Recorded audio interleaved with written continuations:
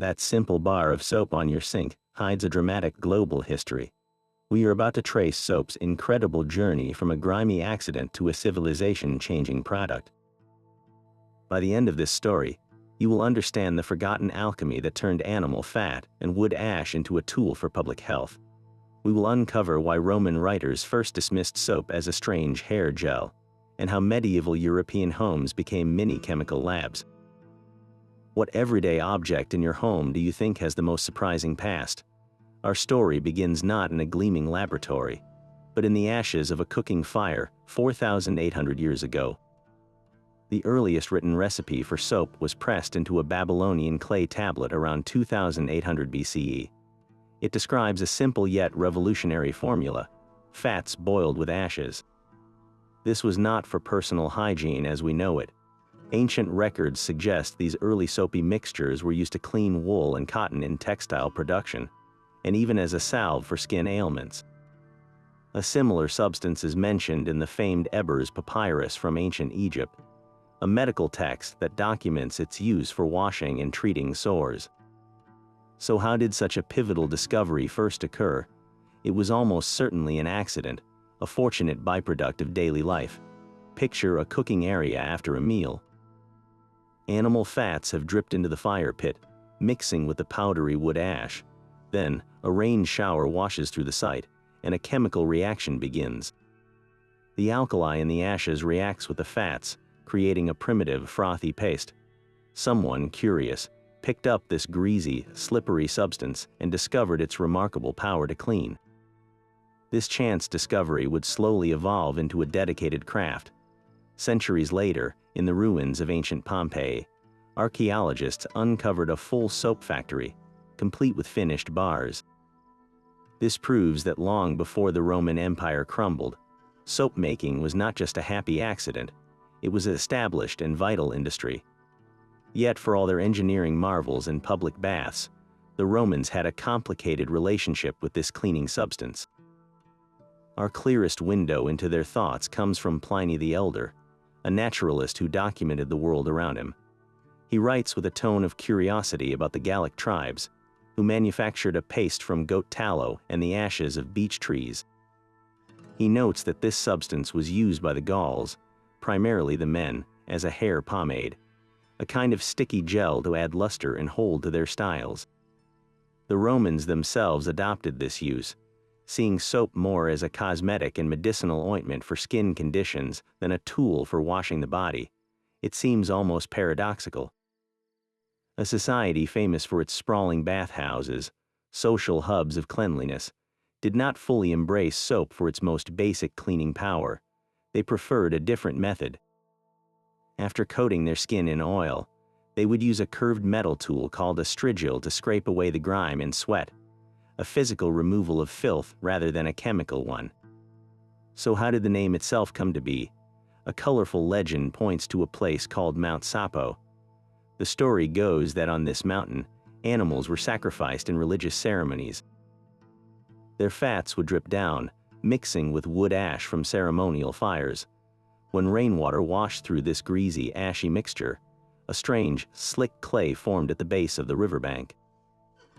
People found that this substance made laundry cleaner with far less effort. The Latin word for this substance, derived from the mountain's name, was sapo. From there, it evolved into our modern word, soap. While this is a charming origin story, most historians view it as a folk etymology rather than a factual account. Nonetheless, it beautifully captures the accidental nature of soap's discovery. Over time, even the Romans began to incorporate more soap-like substances into their routines, especially for laundering clothes, showing that the practical benefits of this ancient chemistry were simply too powerful to ignore forever.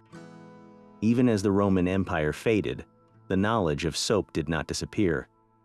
It found sanctuary within the quiet, stone walls of monasteries across Europe. Monks, dedicated to preserving ancient texts and crafts, became the unexpected guardians of soap-making recipes. They meticulously copied formulas and practiced the art themselves, producing soap for their own communities and for medicinal purposes. This ensured the survival of the craft through the so-called Dark Ages, But a major innovation was happening far to the east. In regions like Syria, a new type of soap was being perfected. Craftsmen there discovered that by using olive oil instead of animal fats and adding salt to the process, they could create a much harder, longer-lasting bar. This was the birth of cast-iron soap, a luxurious and effective cleaner that would become famous across the known world.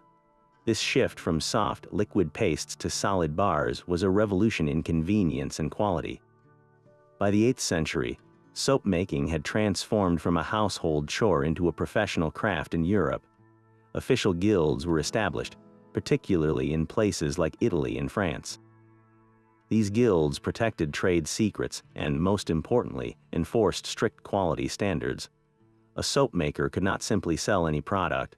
Their wares had to meet specific regulations regarding ingredients and purity, ensuring customers received a consistent and reliable bar. Meanwhile, during the Islamic Golden Age, scholars and chemists were elevating soap to an art form. They did not just make soap for cleaning, they perfected its chemistry. Their texts detail sophisticated recipes for creating beautifully scented soaps, infused with oils from thyme, lavender, and other aromatic herbs. They even developed methods for creating colored soaps, turning a practical object into a product of luxury and sensory delight. This period of refinement laid the essential groundwork for the next great leap in soap's history, a leap that would turn it into a household staple across an entire continent. The true magic of soap lies in a simple but profound chemical dance. For centuries, people performed this transformation without ever knowing the science behind it. They were practicing saponification. This is the process where fats and an alkaline substance undergo a reaction, breaking apart and reuniting into two new things, soap and glycerin. Think of a fat molecule as a tiny, three-pronged star. An alkali, a powerful base, acts like a pair of chemical scissors, snipping the bonds that hold this star together. The arms of the star become soap molecules, which love water on one end and hate it on the other. This dual nature is what makes soap so effective. The water-hating end latches onto grease and dirt, while the water-loving end allows it to be rinsed away. The core of the star becomes glycerin, a substance that naturally moisturizes the skin. The key ingredient in this reaction was always the alkali, and our ancestors sourced it from the world around them. In forested regions of Europe, they created potash. This was made by leaching water through the ashes of hardwood fires, which pulled out the potassium carbonate. The resulting liquid was a crude but effective form of lye. In coastal and arid areas, particularly around the Mediterranean, a different source was available. People burned specific salt-rich plants like saltwort or glasswort. The ashes of these plants, known as barilla, were rich in sodium carbonate, often called soda ash. This produced a harder, more stable bar of soap. The type of fat used was just as important as the alkali. Soap made from olive oil, like the famous cast-iron soap, was mild and gentle, creating a low, creamy lather. In contrast, soaps made from solid animal fats like tallow created a much harder bar with strong cleaning power, though it could be harsh on the skin. The most dangerous and uncertain part of the entire process was testing the strength of the lye water. Since they had no precise instruments, soap makers relied on clever, homespun tests. One common method was the egg float test. A fresh egg, still in its shell, would be placed gently into the lye solution. If the egg sank, the lye was too weak. If it floated with a specific portion of its shell exposed above the surface, the strength was just right for saponification. Another test involved dipping a feather into the liquid. If the lye was too strong, it would actually begin to dissolve the delicate keratin of the feather. Getting this balance wrong meant disaster. Weak lye resulted in a soft, greasy sludge that would never harden. Lye that was too strong would create a caustic, burning soap that was unusable. It was a delicate, high-stakes balancing act, guided by generations of observation rather than any formal chemical knowledge. These regional recipes were not just about cleanliness, they were a direct reflection of the local landscape. In the colder climates of Northern Europe, soap was a hard, practical block made from animal tallow. Tallow, the rendered fat from cattle or sheep, was readily available and produced a firm, long-lasting bar that could withstand damp, chilly conditions. This soap was a workhorse, excellent for cutting through the grime of daily labor, though its scent was often strong and its effect on the skin could be harsh. Travel south to the sun-drenched Mediterranean, and the soap transformed completely. Here, the primary fat was golden olive oil. This created the famous Castile soap, named for the region in Spain. It was milder, gentler on the skin, and produced a low, creamy lather. It was a luxury item that spoke of a different way of life. Further east, in the Middle East, another iconic soap was born. In the ancient city of Aleppo, craftsmen perfected a recipe that combined olive oil with the precious oil of laurel berries. This laurel oil gave the soap its distinctive green color, a fresh, herbal scent, and renowned antiseptic properties. Aleppo soap became so prized that it was traded across continents, a testament to its quality. Climate dictated the very form of the soap. In warmer regions where oils remained liquid, softer, paste-like soaps or even liquid soaps were common and practical. In colder areas, a hard bar that would not melt or go rancid was essential. But the story of regional ingredients stretches far beyond Europe and the Middle East. Across Africa, communities used shea butter, pressed from the nuts of the shea tree, to create soaps that were incredibly moisturizing. In Asia, rice bran oil was a common base, yielding a mild, stable lather. And throughout the Pacific Islands, coconut oil was the foundation, famous for producing a copious, fluffy foam. These local innovations did not stay isolated. As merchants and travelers moved along ancient trade routes, they carried not just bars of soap, but the knowledge of how to make it. The techniques for creating Aleppo soap traveled west, heavily influencing the soap makers of Marseille, France, who then developed their own world-famous olive oil soap. This cross-pollination of ideas created distinct regional specialties, each with its own character, but all stemming from that same ancient, accidental discovery of fats and ashes. The humble bar of soap became a map of human ingenuity, shaped by the trees, plants, and animals of every land. This crucial ingredient, the lye, was not something you could simply buy from a store. It had to be meticulously coaxed from ordinary wood ash.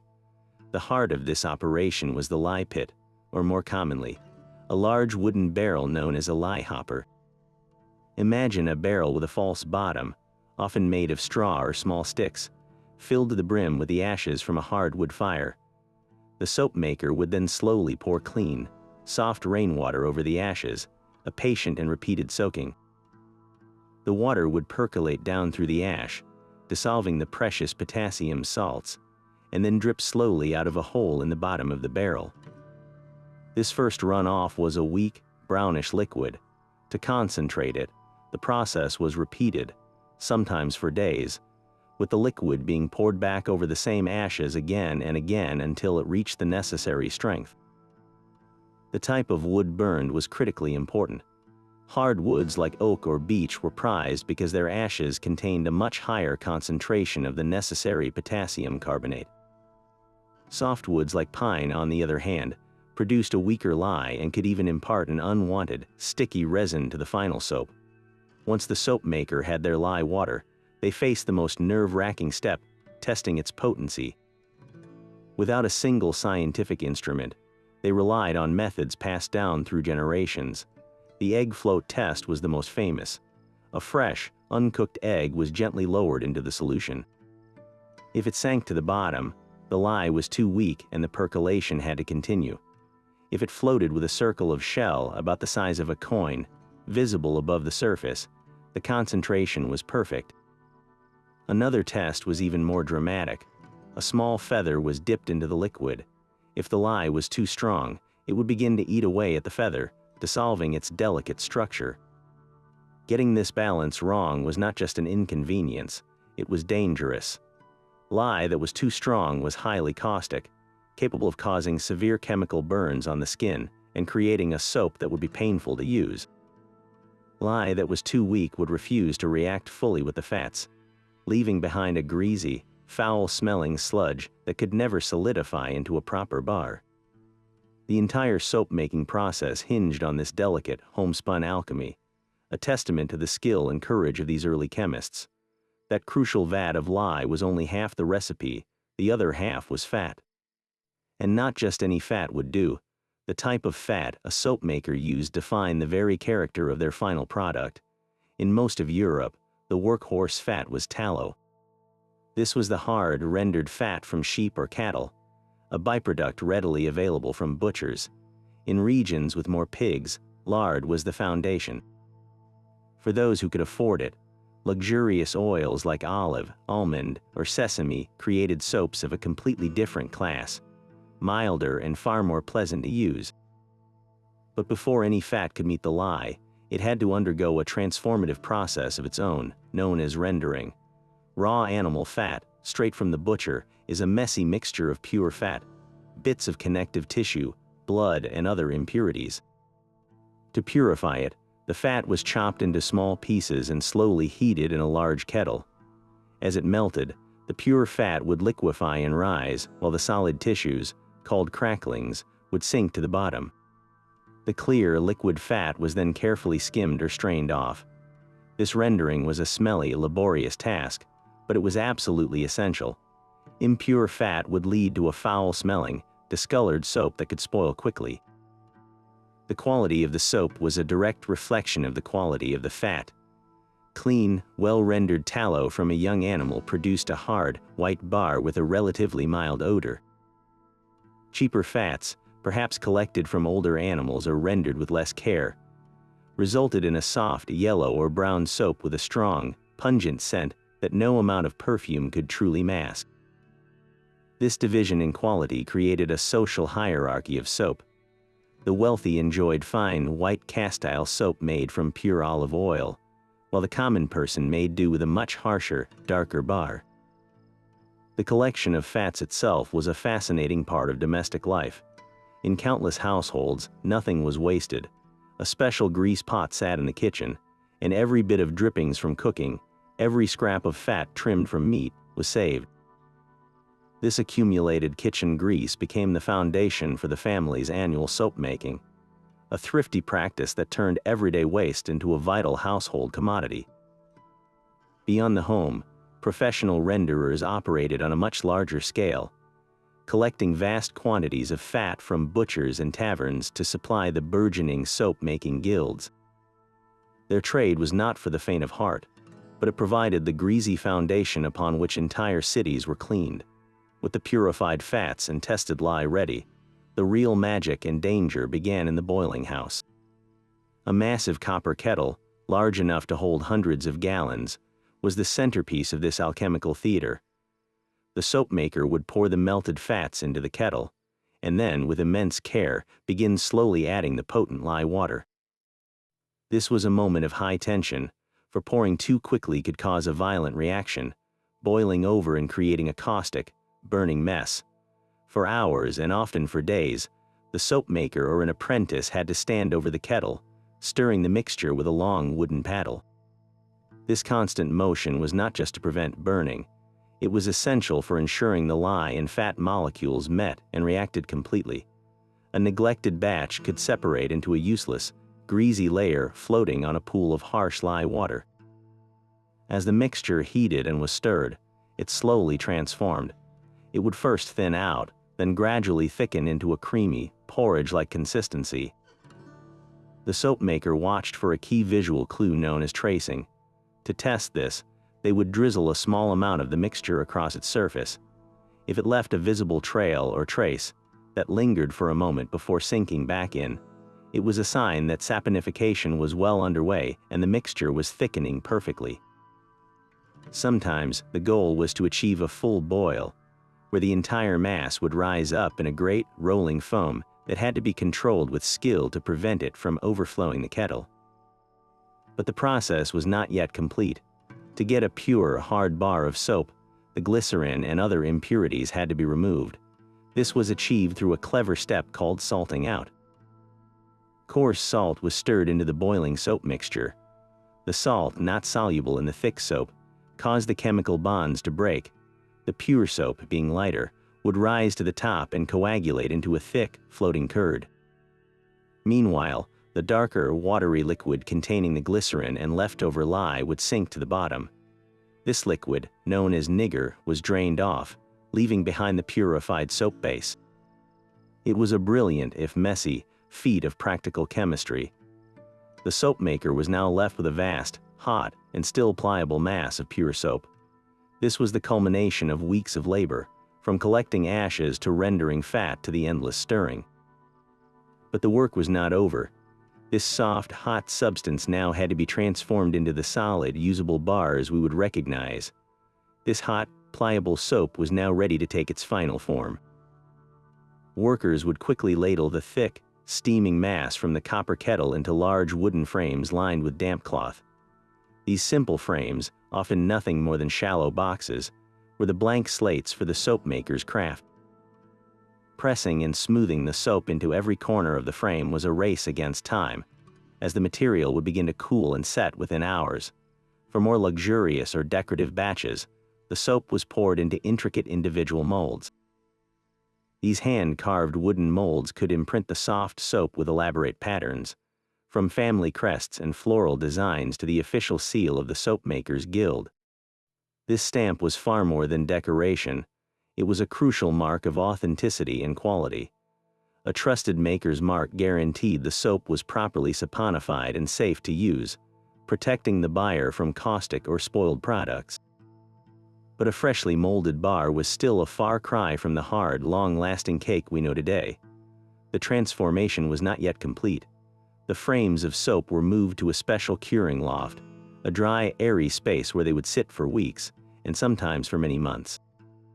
This patient drying period was the final, critical step in the alchemical process. As the soap slowly lost moisture, it hardened dramatically, becoming more durable and resistant to dissolving quickly in water. This extended cure also improved the soap's mildness, allowing any remaining free alkali to fully react, making the final bar gentler on the skin. The method of curing defined the soap's very character. Most soap was simply air-cured, left on racks to harden naturally in the open air. This produced a firm, long-lasting bar with a smooth, slightly chalky texture. In some regions, however, soap makers used heat. They would place the molded bars in warm ovens for a shorter period, a process that accelerated the hardening but often resulted in a more brittle, less creamy final product. This fundamental difference between a patient, air-dried bar and a hasty, oven-dried one was a matter of local tradition and commercial pressure. A well-cured bar of soap was a testament to the maker's skill and patience, a solid object born from liquid and fire, ready to begin its work in the world. This bar of soap, now cured and stamped, was far more than a household object. It was a ticket into a powerful and secretive world. Across medieval Europe, the craft of soap making came to be dominated by professional guilds. In cities like London, Marseille, and Venice, these guilds were not just clubs, they were the law of the land for their trade. Their primary mission was to protect the public from a dangerous and fraudulent product. Imagine buying a bar of soap, only to find it was a greasy sludge that could not clean, or worse, a caustic block that burned your skin. To prevent this, guilds enforced brutally strict regulations. A soap maker in Marseille, for instance, was forbidden from using any fats other than pure olive oil. Any attempt to stretch the product with cheaper, impure tallows could result in heavy fines, public shaming, or even expulsion from the craft. The entire production process was monitored, from the quality of the ash used for lye to the exact duration of the boiling and curing stages. The soap maker's mark stamped onto each finished bar was a legally binding promise of its quality and composition. This system of control extended to the very people who could practice the craft. Becoming a master soap maker was a journey that could take a decade or more. A young boy, perhaps only 12 or 13 years old, would be signed into a 7-year apprenticeship. During this time, he lived with the master's family, performing menial tasks while slowly, painstakingly learning the secrets of the trade. He would learn how to judge the strength of lye by the way a feather dissolved, how to stir the great copper kettle to achieve the perfect trace, and when to add the salt to separate the pure soap from the waste. These were not written down, they were guarded knowledge passed from master to apprentice through years of shared labor. After his 7-year term, the apprentice would graduate to the status of journeyman, free to travel and work for other masters, honing his skills. Only after creating a true masterpiece of soap, judged and approved by the guild masters, could he finally open his own shop. This long and rigid system ensured that only the most skilled and knowledgeable craftsmen could produce soap, guaranteeing a consistent, safe product for the entire community. The economic power of these guilds was immense. They controlled the supply of raw materials, fixed prices to prevent destructive competition, and negotiated trade agreements that sent their cities soap across the known world. The soap makers of Venice, for example, held a near monopoly on trade with the East, while the guilds of Marseille supplied much of France and beyond. They were the invisible hand that turned a messy, alchemical process into a stable, profitable, and respectable business, laying the economic foundation for an industry that would one day become a global necessity. But the power of the soap guilds was soon challenged by a far greater authority, the government. In the early 18th century, England introduced a tax that would burden its citizens for over a century. The law of 1712 imposed a heavy duty on every pound of soap produced. This was not a trivial fee. It dramatically increased the price of a basic necessity. For a century and 41 years, until 1853, this tax remained in force, making simple cleanliness a luxury many could not afford. To enforce this law, the government created a system of surveillance and control. Official tax inspectors would visit licensed soap houses, and every single bar of legitimate soap had to bear an official stamp proving the tax had been paid. Making, selling, or even possessing an unstamped bar was a serious criminal offense. This system created an immediate and powerful incentive for breaking the law. Where there is a heavy tax, a black market is never far behind. A clandestine network of illegal soap makers and smugglers emerged to meet the public's desperate need. These operations were hidden away in remote forests, secluded cellars, and along deserted coastlines, far from the prying eyes of tax collectors. They produced what was known as smugglers' soap or washballs, untaxed and therefore much more affordable. The penalties for getting caught were severe, ranging from crippling fines to imprisonment and even deportation to penal colonies. Yet the financial reward was so great, and the public demand so strong, that the illegal trade thrived. This created a strange duality in society. A respectable shop might sell expensive, stamped soap to the wealthy during the day, while its owner secretly dealt in untaxed bars for the common folk after dark. The consequences of this tax extended far beyond the realm of crime and punishment. It had a direct and devastating impact on public health. For the urban poor, a stamped bar of soap could cost a full day's wages. Faced with such a choice, many families had to sacrifice cleanliness to afford food. Washing clothes, bedding, and their own bodies became a rare and costly event. This widespread inability to maintain basic hygiene created fertile ground for disease. The squalid, overcrowded slums of industrial cities, already lacking clean water and sanitation, became breeding grounds for cholera, typhus, and other deadly illnesses that swept through the population. The very government that taxed soap was then forced to grapple with the public health crises that their policy helped to create. It was a grim irony, a cycle where the pursuit of revenue undermined the health of the nation, all for the sake of a simple bar of soap. A world away from the guild halls of Europe, soap making took on a different character in colonial America. Here, it was not a profession but a fundamental household skill, a seasonal chore as essential as planting crops or preserving food. The rhythm of soap production was dictated by the calendar and the larder. The process almost always began in the late fall or early winter, after the annual butchering of animals. This was the only time of year when families had a large, concentrated supply of tallow and lard, the precious fats that were the foundation of their yearly supply of soap. They would carefully render and store these fats, waiting for the right conditions to begin the messy, demanding work of saponification. That moment typically came in the spring. The warmer weather was crucial, not for comfort, but for practicality. The chemical reaction between lye and fat works best with heat, and the entire process, which involved boiling enormous kettles over open fires, was far too dangerous and smoky to conduct inside a cramped wooden home. Spring offered the perfect combination of available fat and tolerable outdoor working conditions. The result of this labor was rarely a hard, stamped bar. Most colonial households produced what was known as soft soap. This was a gelatinous, semi-liquid paste with the consistency of thick pudding or jelly. It was far less refined than hard soap, but it was effective and, most importantly, it was much easier to make without specialized equipment. A family would store this soft soap in a dedicated wooden barrel or a large earthenware crock, dipping out what they needed for laundry or washing. Early American cookbooks and household manuals provide a clear window into this domestic science. Books like Amelia Simmons' American Cookery, published in 1796, gave precise, if daunting, instructions.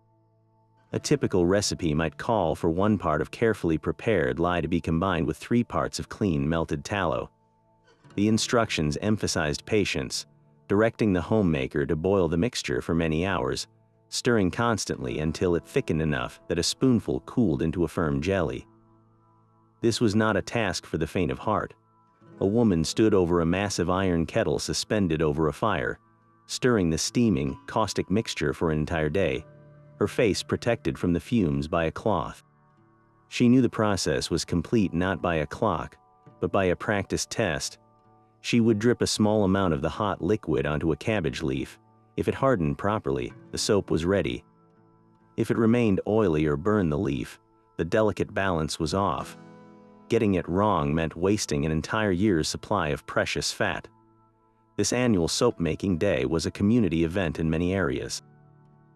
Neighbors would often gather, combining their fats and ashes to produce a larger, more efficient batch, turning a difficult chore into a social occasion. The soft, stored soap they produced was a humble but vital commodity, a direct link to that ancient, accidental discovery of ashes and fats, now perfected in the clearing of a new world.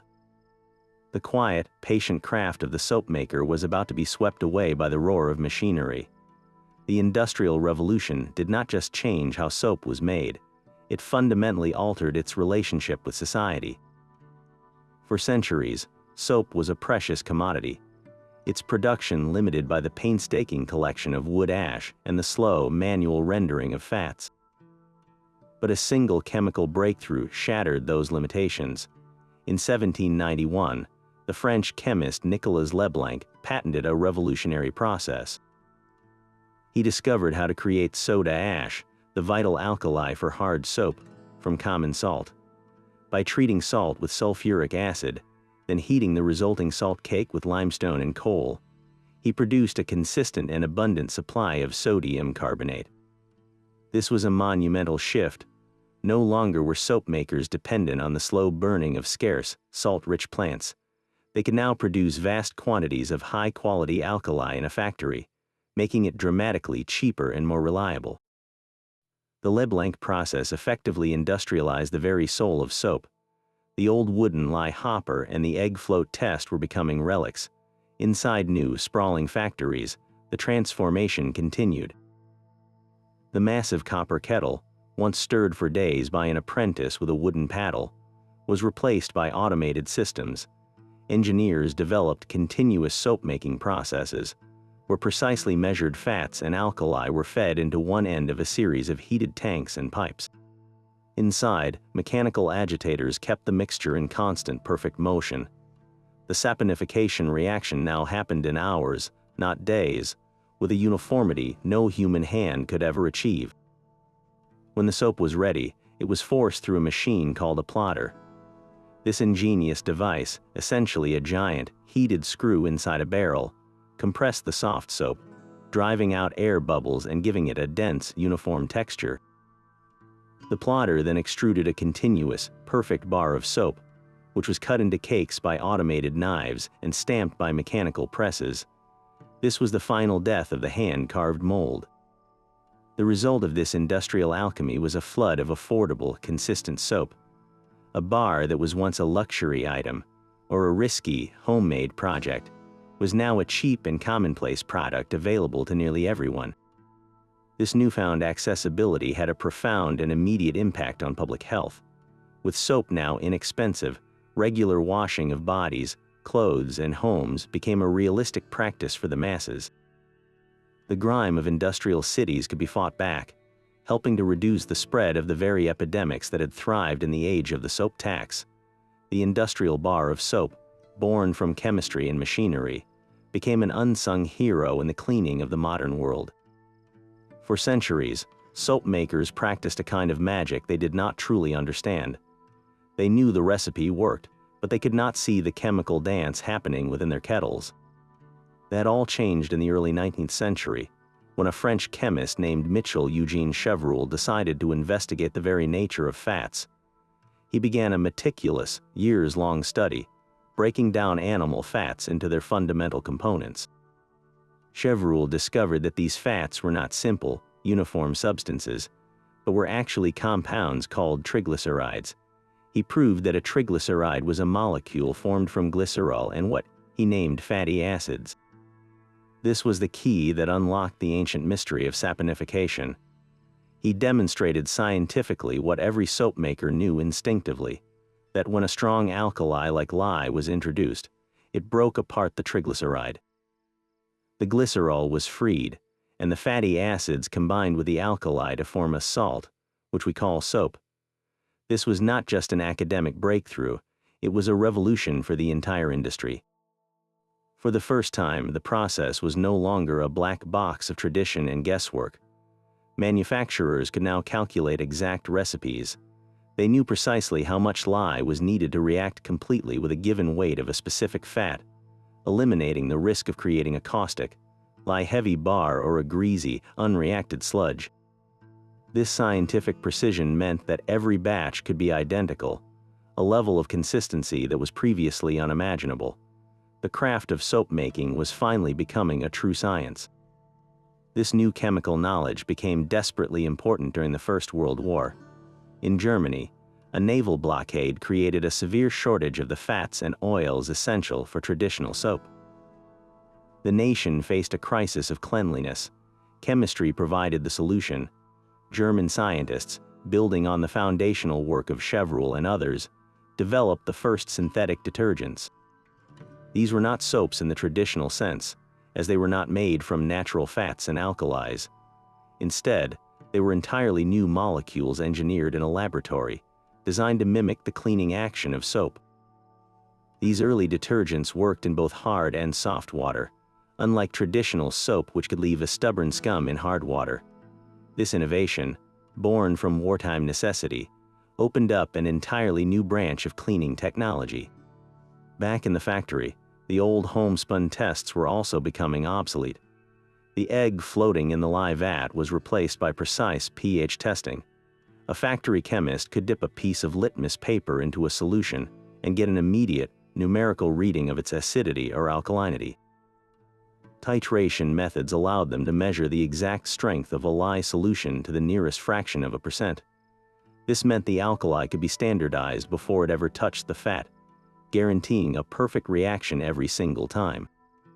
The soap maker's skill, once held in the hands and eyes of the craftsman, was now encoded in laboratory procedures and quality control charts. The ancient, smoky art of transforming ashes and fat had been completely translated into the clear, predictable language of chemistry. These three legendary soaps, Castile, Marseille, and Aleppo, were more than mere commodities. They were the gold standard of cleanliness for centuries, each a perfect expression of its homeland. From the sun-baked hills of Spain came Castile soap, a product of remarkable purity. Its recipe was deceptively simple, using only olive oil, water, and an alkali derived from local barilla plant ash. This exclusive use of olive oil, rather than animal fats, produced a soap that was exceptionally mild and gentle on the skin. It created a low, creamy lather rather than big, fluffy bubbles, and it left no harsh residue. This gentleness made it a favorite for everything from washing a baby's delicate skin to laundering the finest linens. Its hard, long-lasting texture meant a single bar could endure for months, a testament to its concentrated quality. Across the Mediterranean, in the bustling port city of Marseille, soap making was not just a craft, it was a civic religion. By the late 17th century, official decrees had codified the production of true savon de Marseille. The regulations were brutally strict. A genuine Marseille soap could contain only 4 ingredients: olive oil, ash from saltwort plants, salt, and water. The use of any animal fat was strictly forbidden. To guarantee purity, the entire manufacturing process, from the initial boiling to the final molding, had to be completed within the Marseille region. The soap was even stamped with the exact weight of the bar and the maker's official seal. This obsessive control over quality ensured that the name Marseille on a bar was an ironclad promise of its excellence. The result was a hard, greenish cube of soap that was famous across Europe for its powerful cleaning ability and its versatility, used for everything from personal hygiene to scrubbing decks on naval ships. But perhaps the most ancient and storied of all is the soap from Aleppo. For over 2,000 years, artisans in the ancient Syrian city have perfected a recipe that is both simple and profound. At its heart is a base of ripe olive oil, but the defining ingredient is the precious oil pressed from laurel berries. The proportion of laurel oil determined the soap's quality and cost. A higher percentage created a darker green bar with a more intense, medicinal aroma. This laurel oil was the secret to the soap's legendary properties. It imparted natural antiseptic and anti-inflammatory qualities, making the soap a traditional remedy for skin conditions like eczema and psoriasis. The production of Aleppo soap was a seasonal ritual. The oils were cold processed and then spread in thick layers on vast stone floors to set. Once firm, the giant sheets of soap were cut into individual cubes by a master cutter wielding a special tool. The final iconic step was the curing process. The green cubes were stacked in intricate, chimney-like towers inside vast, cavernous warehouses. There, they would cure for a minimum of 9 months, sometimes for years. During this time, the outer surface of the soap would oxidize, turning from its initial green to a deep, golden brown, while the interior remained a vibrant green. This slow, patient aging process was what gave Aleppo soap its unique mildness and longevity. These 3 soaps were not just local products, they became global icons. They were traded along spice routes and shipped across oceans, packed in wooden crates and transported on camel caravans. A merchant in London or a noble in Paris would pay a premium for a genuine bar of Castile, Marseille, or Aleppo soap. They were valued not just for their cleaning power, but for their story, a tangible piece of a distant culture's craftsmanship and tradition. Their enduring legacy is a powerful reminder that long before global branding, quality was communicated through a simple, trusted name stamped on a humble bar. From its role in washing wool to scrubbing skin, soap also held a place in the ancient healer's kit. Long before anyone understood bacteria, people observed that thorough cleaning with soap could prevent wounds from festering and speed up recovery. Ancient Egyptian medical texts, like the Ebers Papyrus, already prescribed soap-like mixtures for treating skin diseases and sores, recognizing their ability to cleanse and soothe afflicted areas. This practical knowledge was passed down through the ages, becoming a cornerstone of folk medicine. During the horrors of the Black Death in medieval Europe, physicians would often wash their hands and face with strong herbal soaps before and after visiting the sick, a desperate but intuitive attempt to ward off the mysterious miasma they believed carried the plague. While their understanding of disease transmission was flawed, this ritual likely saved some lives by mechanically removing pathogens. The true power of these medicinal soaps, however, lay in the specific ingredients added to the base. Herbalists and apothecaries became expert at infusing soaps with plants known for their therapeutic properties. Lavender was a common addition, prized not just for its calming scent, but for its natural antiseptic qualities, making it ideal for washing minor cuts and abrasions. Soap infused with chamomile was used to bathe irritated or inflamed skin, leveraging the flower's gentle anti-inflammatory effects. For more stubborn problems, much stronger agents were incorporated. Sulfur, with its potent antifungal and antibacterial nature, was mixed into a harsh but effective soap to treat persistent skin conditions like scabies and ringworm. A common recipe for a lice-killing soap might combine a strong lye base with powdered herbs like pennyroyal or thyme, creating a pungent bar that was lathered into the hair to eradicate the pests. Even on the battlefield, soap proved its worth. Military surgeons in the Napoleonic Wars, for instance, would insist on washing wounds with soap and water before applying dressings or performing amputations. They had no concept of germs, but their experience on countless battlefields taught them that this simple act of cleansing dramatically improved a soldier's chances of survival. They were unknowingly washing away the very microbes that caused gangrene and sepsis. These historical recipes were more than just early chemistry. They were a form of applied wisdom.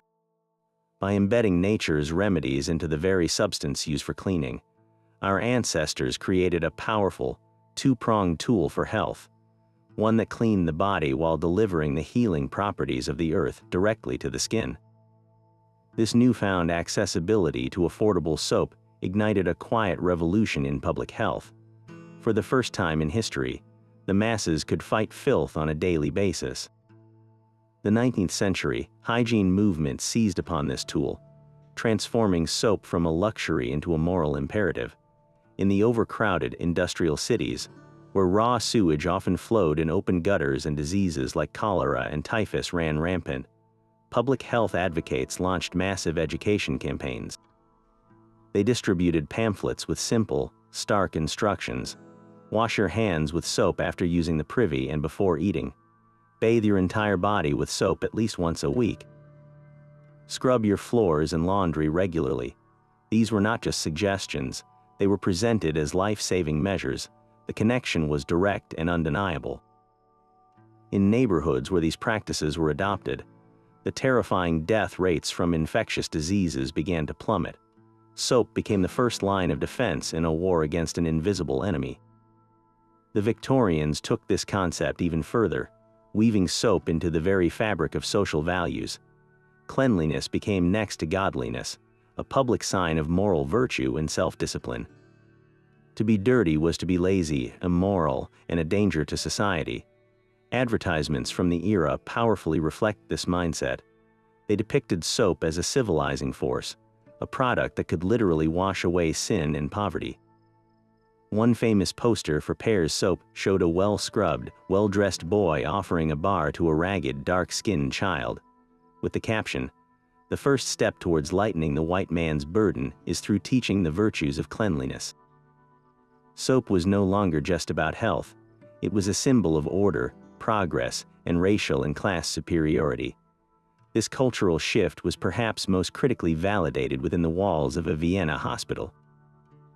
A young Hungarian doctor named Ignaz Semmelweis was horrified by the staggering death rate from childbed fever in his maternity ward.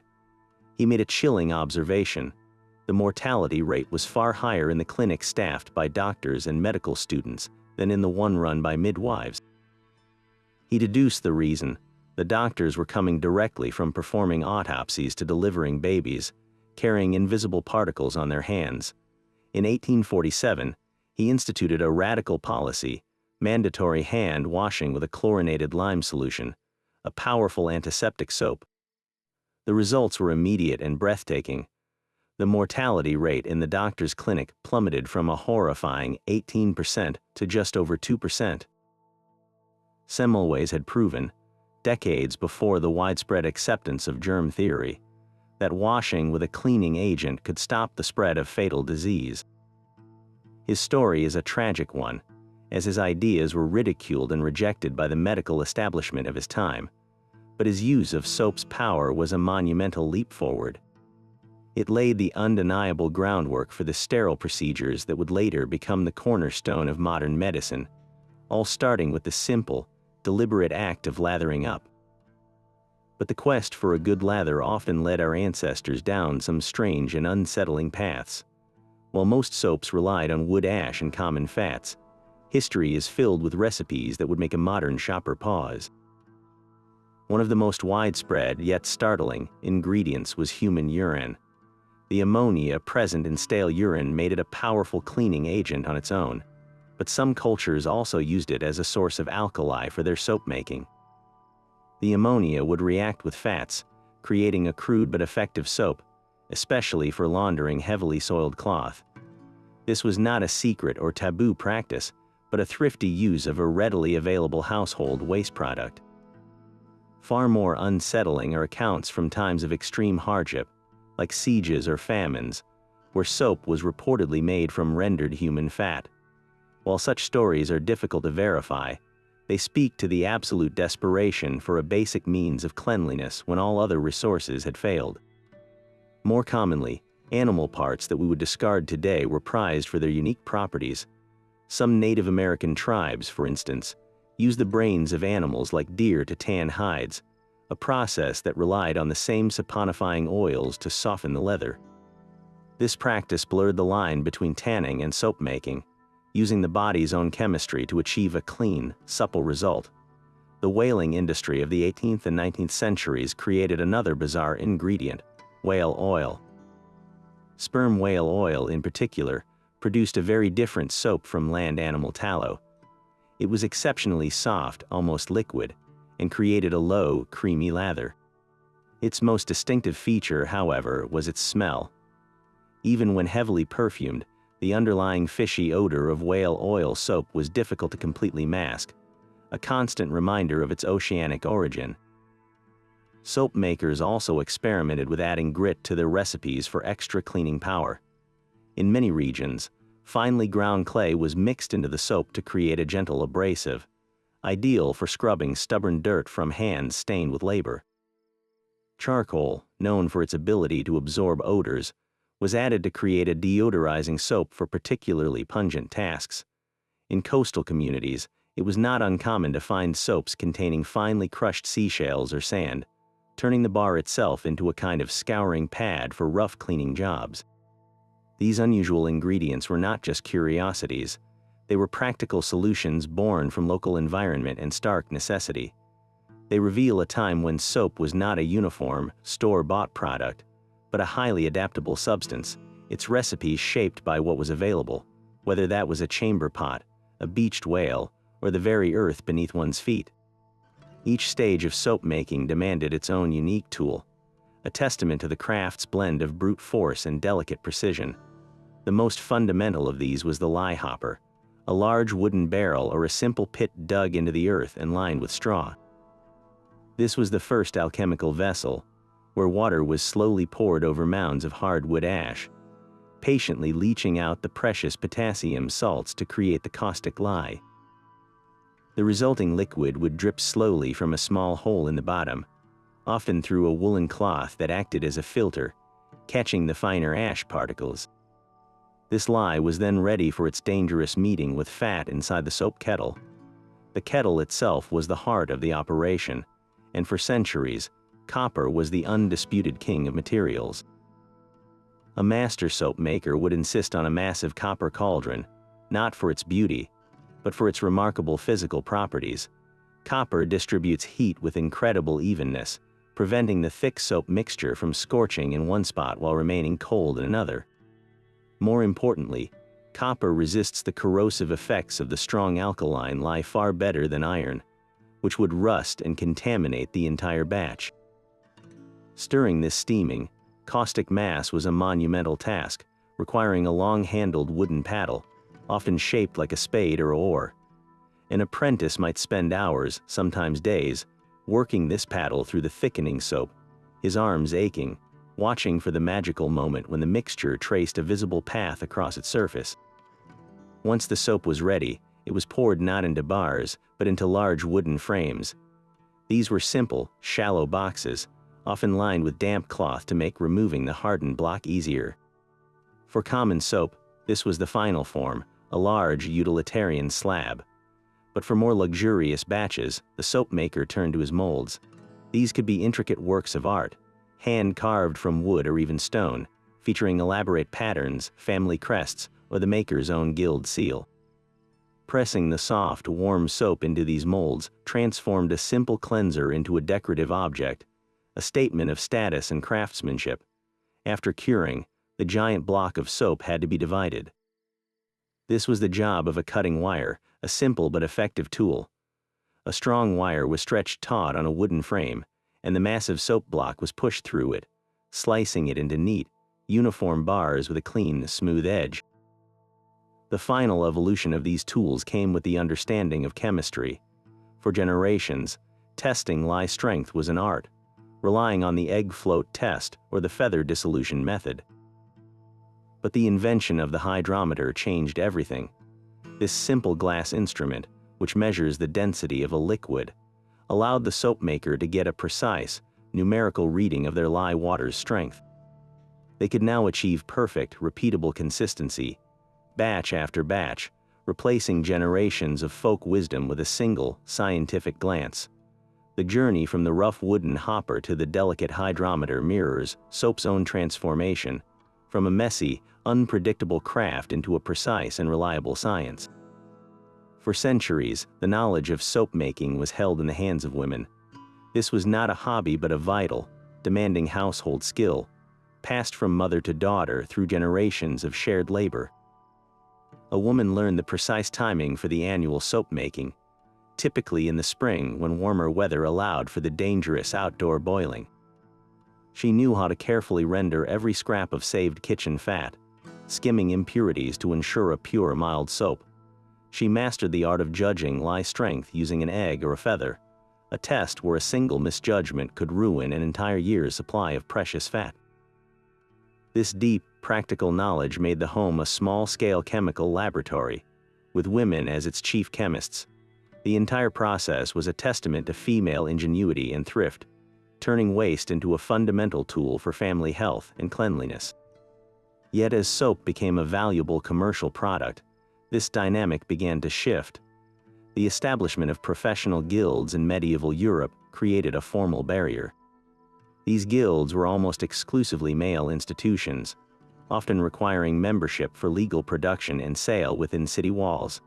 The knowledge that had been freely shared in households was now guarded as a trade secret, taught through a rigid system of male apprenticeships that could last 7 years or more. A woman's expertise, while essential for her own household, was rarely recognized within this new commercial structure. She could not become a master in a guild or train apprentices in the official system, effectively locking her out of the economic opportunities her own skills had helped create. This transition from a domestic craft to an industrial commodity fundamentally altered the gender landscape of soap. The rise of large-scale factories during the Industrial Revolution accelerated this change. The work moved from the hearth and the backyard kettle to the noisy, soot-filled factory floor. This new world of industrial labor was culturally coded as male, with men operating the massive, steam-powered plotters and managing the continuous chemical processes. The very tools of the trade changed, from the wooden paddle and the egg to hydrometers and titration equipment, instruments that were taught in formal, male-dominated chemical schools rather than at a mother's knee. The factory did not just produce soap more efficiently, it produced a new kind of soap maker, one who was almost always a man. Despite these powerful forces, many women refused to surrender their craft. They found niches where their traditional knowledge still held value. Some women became renowned for their specialized medicinal soaps, infusing their bars with herbs and remedies for specific skin ailments, a direct continuation of their role as family healers.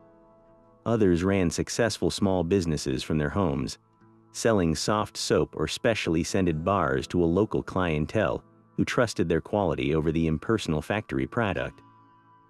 In rural areas, the tradition of household soap making persisted well into the 20th century, a quiet act of self-sufficiency long after commercial bars were cheap and readily available. The story of soap is therefore also the story of a quiet transfer of knowledge and economic power, a shift from the fireside to the factory, from a woman's hands to a man's, all contained within the history of a single, humble bar. A soldier's survival often depended on what was in his kit besides a weapon. Armies throughout history learned a brutal lesson: that disease could decimate a fighting force far more effectively than any enemy sword or bullet. Soap became an unspoken strategic asset, carried by soldiers for basic hygiene and for washing wounds to prevent the gangrene that claimed countless lives after battle. Yet supply was a constant, desperate struggle.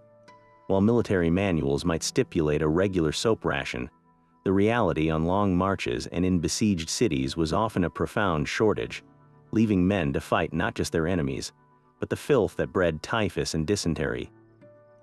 This dire need transformed soap making into a matter of national security. During major conflicts, governments swiftly moved to control the essential ingredients. Fats and alkalis were declared strategic materials, their distribution tightly regulated. A nation's ability to produce soap for its troops and hospitals could be as critical as its production of bullets. In the First World War, the British government established the Ministry of Food, which took control of the nation's fat supplies, ensuring that every available ounce of tallow and lard was prioritized for the war effort, including soap production for the trenches. This control extended beyond animal fats. The alkali so vital for saponification, once produced from scarce barilla plants or wood ash, was now manufactured on an industrial scale using the Leblanc and later the Solvay processes. Governments commandeered these chemical factories, recognizing that without a steady supply of soda ash, they could not produce the hard, durable bars needed by their armies. This was total war, fought on a chemical front as well as a military one. The demands of warfare also spurred innovation in the soap itself. This was not just about personal cleanliness anymore. The military needed specialized soaps for every conceivable task. They required heavy-duty grease-cutting soaps to clean rifles, engines, and machinery, ensuring that equipment would not fail in the mud of no man's land. Perhaps the most chilling development came with the advent of chemical warfare.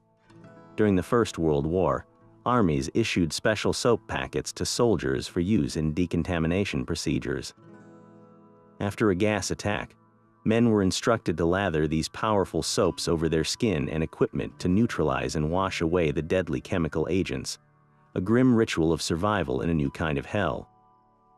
This mobilization for soap reached its peak during the Second World War, extending all the way to the home front. Governments launched massive public campaigns, framing the saving of kitchen fat as a patriotic duty. In the United States, posters urged housewives to save every drop of used cooking grease, promising that their waste fats would be turned into explosives and soap for the boys overseas. Collection centers were set up, and children were enlisted in school drives, bringing in jars of congealed bacon grease. This salvaged fat was a raw material for glycerin, a critical component not only for soap to prevent disease, but for the production of nitroglycerin, the very heart of explosives and propellants.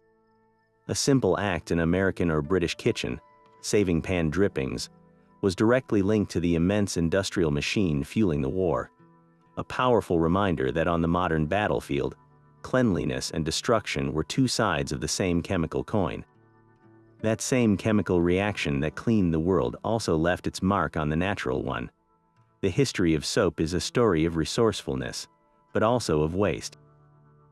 For centuries, traditional soap making was a model of a circular economy, long before the term existed. In a typical household or small workshop, nothing was thrown away. Wood ash, the leftover residue from heating and cooking fires, was not swept into the trash. It was carefully collected and stored as the essential source of alkali. Similarly, every scrap of cooking fat and every piece of tallow from the annual butchering was saved in a grease pot. Soap making was the final destination for these waste streams, transforming what would have been refuse into a vital commodity. This system was inherently local and sustainable. A soap maker did not ship in exotic ingredients from across an ocean. They used what their immediate environment provided. In forested areas, they relied on hardwoods like oak for their potent ashes. In coastal regions, they burned salt-tolerant plants like saltwort to create barilla, their source of soda ash. The fats used were from local livestock or the region's dominant oil, like olive oil in the Mediterranean. The entire process was a tight, closed loop that minimized environmental strain. But this delicate balance began to fracture with the rise of commercial production. As demand grew, the scale of the inputs created new problems. The first major issue was water pollution. The waste liquid from the lye leaching process, and especially the dark, leftover nigger drained from the soap kettle, was highly alkaline and toxic. In a small homestead, this could be safely diluted or disposed of. But outside a large-scale soap works, this caustic runoff could seep into nearby streams and rivers, killing fish and plant life. The processing of animal fats on an industrial scale presented another grim challenge. The rendering of vast quantities of tallow and lard was a foul operation, producing overpowering odors and creating significant waste byproducts that had to be dealt with, often by dumping them onto the land or into waterways. This shift from a thrifty, waste-not system to a linear, extractive industry created the first environmental footprint of cleanliness. Today, we face a strikingly similar dilemma with modern soap ingredients, particularly palm oil. The quest for a cheap, versatile vegetable oil has driven massive deforestation in tropical regions, destroying habitats and threatening biodiversity. This modern crisis of resource management is a direct echo of the past. It mirrors the historical challenges that emerged when local, sustainable practices were abandoned for mass production. The story of soap compels us to ask a difficult question: how can we achieve cleanliness without dirtying the world around us? That very industrialization, which made soap universal, also erased the unique character of the local bar. Yet today, a quiet counter-movement is flourishing in small workshops and farmers' markets. Modern craft soap makers are deliberately turning back the clock, reviving techniques that the factories left behind. They are not simply making soap, they are practicing a form of historical reenactment, digging through old household manuals and guild records to resurrect recipes that have not been used for centuries. This is more than a hobby, it is a conscious effort to reconnect with the tangible, hands-on alchemy that defined soap making for thousands of years. These artisans are embracing the slow, patient process of cold process soap making, where oils and lye are combined without external heat, then poured into molds to saponify over many weeks.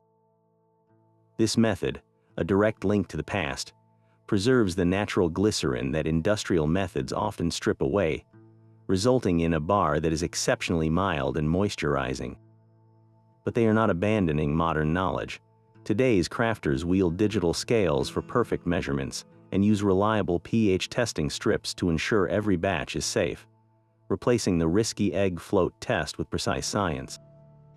They marry this new precision with old wisdom, understanding that the quality of their olive oil or the type of hardwood ash they use defines the soul of their final product. This revival has created a booming market for historically inspired soaps. The legendary castile soap, made with 100% olive oil, is more popular than ever, prized by those with sensitive skin. African black soap, crafted from plantain skins and shea butter, has found a global audience seeking its deep cleansing properties. Consumers are actively seeking out these traditional products, not just for their effectiveness, but for their story. They want a bar that feels connected to a specific place and a longer history, a direct contrast to the uniform, mass-produced soaps that fill supermarket shelves. In this way, the modern artisanal movement is performing a vital act of preservation. It is saving the knowledge of the lye hopper, the slow cure, and the herbal infusion from being completely lost to time. Each bar of handcrafted soap is a small victory, a tangible piece of our shared history lovingly pulled back from the brink of oblivion. From ancient cooking fires to global guilds, our journey reveals a profound truth about this humble bar. The history of soap is the story of humanity's long, determined struggle against dirt and disease. Every technique, from the first accidental mixture of ash and fat to the patient stirring of a copper kettle, was a step toward mastering our environment and safeguarding our health. These methods, primitive as they may seem today, establish the very foundation of modern hygiene, a foundation we often take for granted without a second thought. The next time you lather your hands with a simple bar, pause for a moment. Consider the centuries of ingenuity it represents. Remember the careful rendering of fats, the meticulous leaching of lye from wood ash, and the dangerous, days-long boiling that transformed basic ingredients into a tool for survival. That bar is a direct descendant of ancient alchemy, a product of generations of observation, courage, and skill. So we leave you with one final question. What part of this incredible story resonated most with you? Was it the resourcefulness of colonial homemakers, the strict codes of the medieval guilds, or the sheer danger of testing lye with a feather? Let us know which historical soap-making technique surprised you most in the comments below. And if you enjoyed this journey into the sudsy past, subscribe for more explorations of the everyday objects that shaped our world.